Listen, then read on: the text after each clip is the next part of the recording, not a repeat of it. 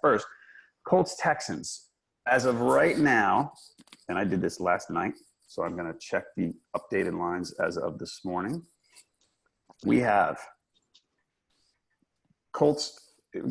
Texans favored by 1.5. Over-under is 48.5. To refresh your memories, these teams played twice. The Texans lost their first 3 games of the season.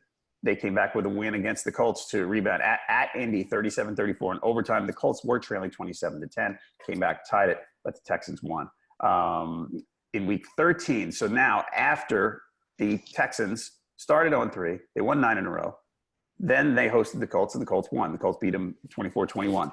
The common thread in these games for me, other than them being really close, the one stat that jumped out, and I want to ask what you think of this, Josh. In the 2 games, the Indy running backs ran 31 times for 64 yards.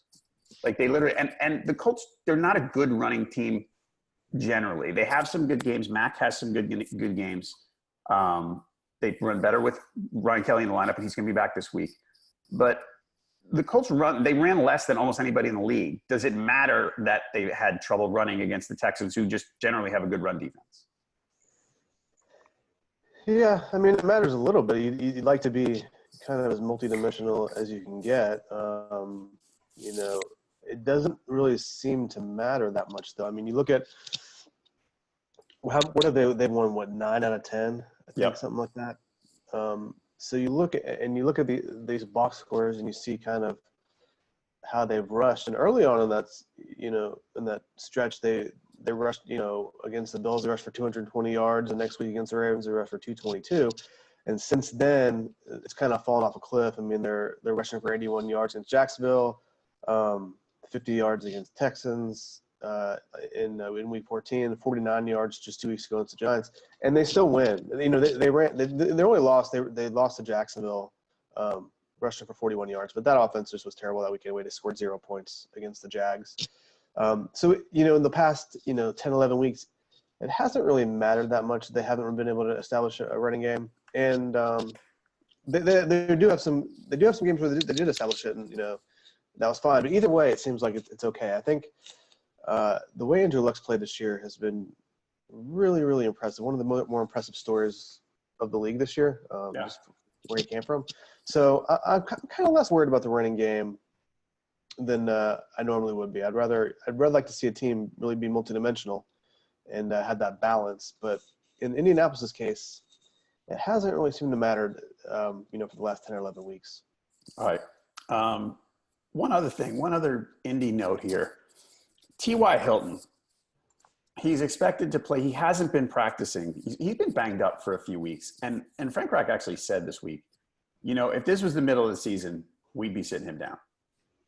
And the guy, I mean, he's been playing still really well. Like basically, he doesn't practice during the week, and he comes out on the weekend. He just plays great. I mean, it's pretty strong effort by T.Y. Hilton. Yeah, he's been really good this year. Over 1,200 receiving yards. The percentage of passes to him, you'd like it to be a little higher. I think he only catches 63% of the passes thrown his way. He's kind of there. His career has been known for his drops.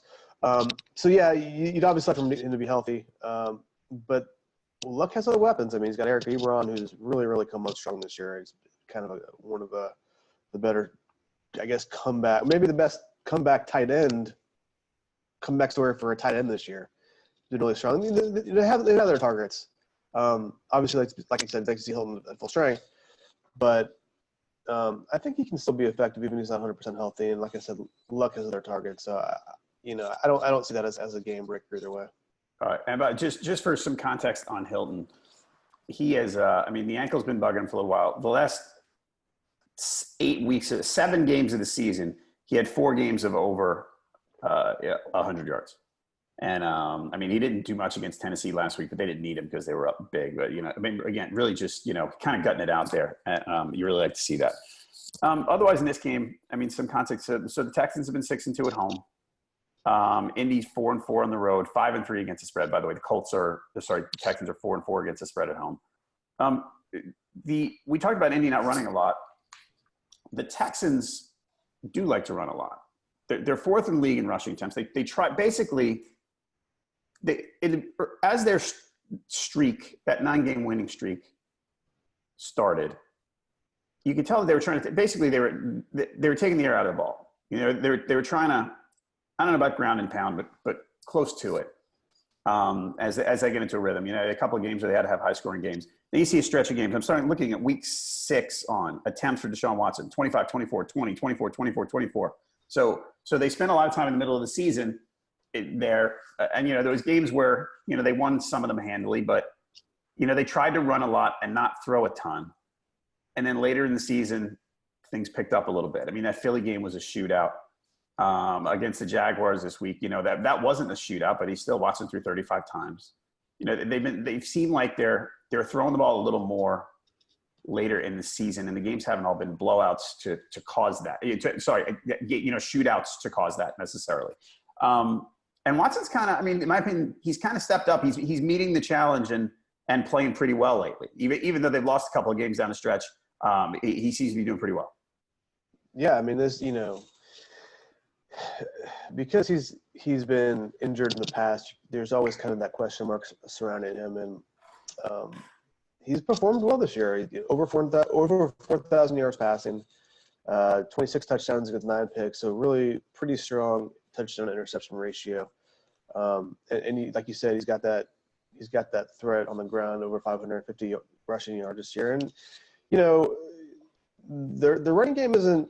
You know, Lamar Miller and Alfred Blue certainly have been players who are known as game breakers. I mean, I think Lamar Miller's career has kind of been a little bit disappointing overall. Like, you kind of expect more out of him, but he's, you know, they've been solid. But I do like that Deshaun Watson has kind of been able to show his talents as a passer. What I don't like from Houston and on their offense is the fact that they can't protect him. Right. You know, they lead the league in sacks given up. I think there's 62 sacks this year. The Texans have allowed, which is obviously not a good thing, especially when you have a mobile quarterback like Watson. That's a problem. You would think that they're gonna have to figure that stuff out heading into the playoffs, how they can protect their quarterback, their number one asset. Yeah, he's had. I mean, that's a problem. And the Colts, you know, we have this. I don't know about you. I feel like the general public's impression of the Colts is that this team, that back to when Peyton Manning was playing, this team who's, you know, they were all offense. And the Colts defense has actually been pretty good this year. They've done a good job rebuilding that team this year. And I mean, the defense is not great, but it's, you know, it's kind of middle of the pack and not something you can overlook in this situation, especially like you said, with that bad Texans line. I mean, they just struggle. So I don't know. Are you looking at the actual pick? Are you surprised? And we're going to talk about the picks in a minute. I'll just say now. I'm going to take the Texans. You're going to take the Colts. Are you surprised that basically what this spread says, if you use the rule of thumb that, you know, the home team gets 3 points, this is saying that on a neutral field, the Colts will be favored by a little bit. Like, I get that this is kind of a close game. I'm a little surprised that at the spread. I figured the spread would be maybe a couple more points. And the way the picks are coming in, people love the Colts. Lots of people love the Colts so far. You know, I think a lot of it does have to do with if you're kind of peaking toward the end of the year, which the Colts clearly are. I mean, they started 1-5, and since then have been almost perfect all year long. So I think that, you know, with Andrew Luck, the way he's played, and just with the way the Colts have played the last couple months, they just seem to be peaking at the right time, which, as we know, going to the playoffs, if you're peaking at the right time, you can be a 9-7 team and win the Super Bowl. Not the Colts were over 10-6, but like remember the Giants did that a couple of times when they were 9-7, barely get to the playoffs, and they win the Super Bowl. They just peaked at the right time. The Texans, meanwhile, have lost 2 of their last 5, which, you know, isn't terrible, especially after that long winning streak. But you kind of don't get the impression that they're peaking at this very moment. So I think that perception probably plays into it. Okay. And the other person we just need to mention because of how great he is DeAndre Hopkins. You know, the Texans, they traded for Demaryius Thomas midseason, then they lost him but to injury. They think they're going to get Kiki QT back, who had a few nice games in the middle of the season. I mean, it'll help their receiving core, but basically he's a one-man receiving core, and it kind of doesn't matter that he's the only guy. You know, in the last 3 games, by the way, Hopkins, let's say he's caught 33 passes for 421 yards. I mean, the guy's he's just awesome. They throw to him all the time. Their passing game is like they know they're throwing to Hopkins and whatever. The team seemed almost powerless to stop him. He's that good. He catches everything. He runs great. He became such a better receiver than people thought he was going to be. Like, you thought he was going to be good when they drafted him. He's a monster. He's so good. Let me mention one other thing too that I was researching. Houston has the reputation for being, good defensively, but their pass defense is not very good. Right. They're the fifth worst in the league, and in three of their past 5 games, the opposing quarterback has thrown for at least 380 yards, and that includes Luck in one of those games, in Mayfield and Foles. And 2 of those games were losses. So, if you're looking for the question of whether or not Luck is going to continue to have these great games, the statistics say that he probably will, because the Texans' pass defense, especially lately, has been pretty bad. Right. All right.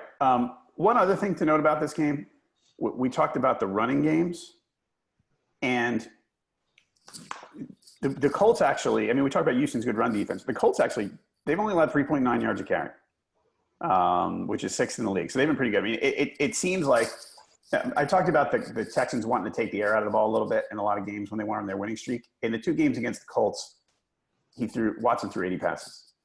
So this game's going to be, you would think this game's going to go through the air a bit more than these teams' normal games, at least than the Texans' normal games might be. I wonder how that affects the over-under. I was picking under. It's 48.5. But if these teams are going to throw a bunch, I don't know. I mean, they're going to try to run. I don't know if it's going to work. Yeah. I think if Deshaun Watson is having to throw 40 passes in a game, it's not great for Houston. It's not a good situation. All right. So we're going against each other here. You got the Colts. I got the Texans right now on NFLPickwatch.com. Like I said, all the picks are not in. We probably got more than half still coming today. So keep checking the site for picks. But it looks like right now, experts 71% Colts, and fans are 54% Colts. So the experts are, I don't want to say trendy, because that diminishes it. It's a word that makes it sound like, oh, people don't know what they're doing. It's trendy. But the Colts are a trendy pick. Like the Colts are, even though they're a very slight underdog, they're pretty popular. They seem like the most popular underdog pick so far. Wait, what was the line? As you said, it was +1. I see plus. This morning I see 1.5. I had it at Colts -2. That's what I saw that. Colts -2? Colts +2. Maybe I screwed up. I thought it was let me see. No, I think on NFL Pickwatch, I have it at -1. You got Colts +1 right now. Oh, I'm sorry, Colts +1. That's weird. Yeah. Maybe I just messed up. This morning back to 1.5. Even if it was Colts minus, I in my column I wrote Colts -2. Maybe that was my mistake. But either way, if it was -2, I'd still be picking the Colts. So that's how confident I am in that. All right.